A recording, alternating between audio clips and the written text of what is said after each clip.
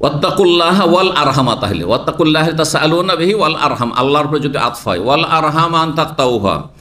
আর কেউ কেউ বলেছেন ওয়াত্তাকুল্লাহ আল্লাযী তাসাআলুনা বিহি, এই তাসাআলুনা বিহি ওয়াল আরহামা, এবং তোমরা আল্লাহর দোহাই দিয়ে চেয়ে থাকো কারো কাছ থেকে কোনো কিছু, আর আত্মীয়তার দোহাই দিয়েও তোমরা চেয়ে থাকো। এটা আরেকটা তাফসীর। তাহলে ওয়াত্তাকুল আরহামা হলো না, কি হয়ে গেল দ্বিতীয় তাফসীর? যে কখনো কখনো রক্তের সম্পর্কের দোহাই দিয়ে আমরা মানুষকে আকৃষ্ট করি বা মানুষের দৃষ্টি আকর্ষণ করি, তাই না?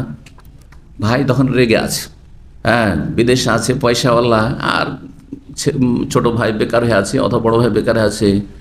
ভাই রে, ভাই তুই আমার মায়ের পেটের ভাই, একটু খেয়াল রাখিস আমার উপর, হ্যাঁ, তোকে তো আল্লাহ অনেক দিয়েছে বা তোমাকে অনেক দিয়েছে, চলো আমাকে নিয়ে চলো একটু, হ্যাঁ, আমাকে একটু কিছু, হ্যাঁ, একটু হেল্প করো। হ্যাঁ, তো কিসের দোহাই দিয়ে? আত্মীয়তার দোহাই দিয়ে। তো মানুষ আত্মীয়তার দোহাই দেয়, তো ও কথা বলা হয়েছে। ইন্নাল্লাহ কানা আলিকুম রাকিবা, আল্লাহ রাব্বুল সব কিছু পর্যবেক্ষণকারী তোমাদের।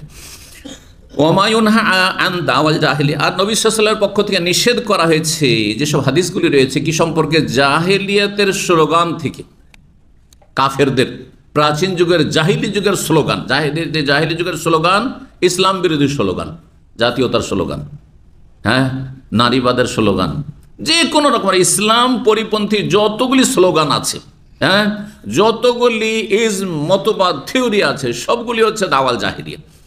এইরকমই, হ্যাঁ, কোনো আত্মীয় আপনজন প্রিয়জন মারা গেলে বুক চাপড়ানো, চিৎকার করে, বয়ান করে, কান্না করা, রোদন করা, এগুলি দাওয়াল জাহিলিয়া। নবী সাল্লাল্লাহু আলাইহি ওয়াসাল্লাম দাওয়াল জাহিলিয়াতের এগুলো ডাক বলেছেন। এখন দুটো শব্দ যেহেতু আসো, সৌবান ওয়া কাবায়লা, সৌব মানে সাবের বহু বচন, জাতি করে দিয়েছি, তাই না? তো বুঝতে পারছেন, একটা হচ্ছে জাতি আর একটা হচ্ছে বংশ, কোনটা বড়?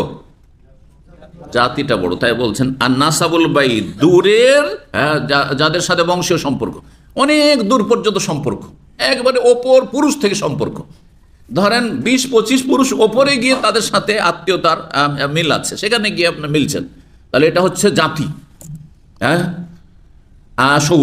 সাবের একটা ব্যাখ্যা। আর কাবাইল হচ্ছে ধরেন 5 পুরুষ 7 পুরুষ, হ্যাঁ, বা 10 পুরুষ ওপরে, যেখানে গিয়ে দুইজন গিয়ে মিলছেন আপনারা, যে আমরা একই বংশের। ওর চাইতে ছোট্ট হচ্ছে, হ্যাঁ, এগুলোর কিন্তু মেলা ভাগ আছে, আরবি ভাষায় বতুন বলা হয়, মানে ছোট ছোট গোত্র, দাদাতে গিয়ে মিলে যাচ্ছে, ওর দাদা আপনার দাদা, হ্যাঁ, এক, হ্যাঁ, বা আপন ভাই, হ্যাঁ, তো বা দাদার বাপে গিয়ে মিলে যাচ্ছে, তো এগুলোকে বলা হয় গোত্র বা গোষ্ঠী, বলি না আমরা, এরা আমাদের গোত্র, এরা আমাদের গোষ্ঠী, এরা আমাদের বংশ, হ্যাঁ, হ্যাঁ। ধরেন বাঙালি একটা জাতি, ধরেন বাঙালি একটা জাতি, ধরেন সাপ, আর তারপরে একটা বংশ, বিশাল বংশ, ধরেন গোটা এই অঞ্চলটা আমাদেরই সব বংশ এরা, কিন্তু এরা অনেক ওপরে গিয়ে মিল হচ্ছে অনেকের সাথে, দূরের আত্মীয়রা। আর কিছু কিছু আছে নিকট আত্মীয়, তাদের কি বলা হয়? নিকট আত্মীয়, এরা হচ্ছে গোত্র বা নিজের গোষ্ঠী, কবিলা। তো কাবাইল দুনা জালিক, এর চাইতে ছোটগুলোকে কবিলা বলা হয়। 3489 নম্বর হাদিসে ওরই ব্যাখ্যা আসছে ইবনে আব্বাস রাদিয়াল্লাহু তাআলা আনহুমা থেকে, তিনি বলেন যে ওয়াজআলনাকুম শুউবান ওয়া কাবাইল তাআরাফ, আল্লাহ মানব জাতিকে সম্বোধন করে বলছেন যে তোমাদেরকে জাতি এবং বংশে বিভক্ত করেছেন। কেউ বাঙালি জাতি, হ্যাঁ, কেউ অমুক বংশের, কেউ কোরাইশ বংশের, তো কেউ জাহরানি, তো কেউ গামেদি, কেউ অমুক, হ্যাঁ, কেউ সাদা, তো কেউ কালো, হ্যাঁ, ইত্যাদি, কেউ কোনো দেশের, কেউ কোনো দেশের। এইসব যে আল্লাহ ভাগ করেছেন কিসের জন্য? সম্মানের জন্য। আজকাল সম্মান হয়ে গেছে কিসের ওপর?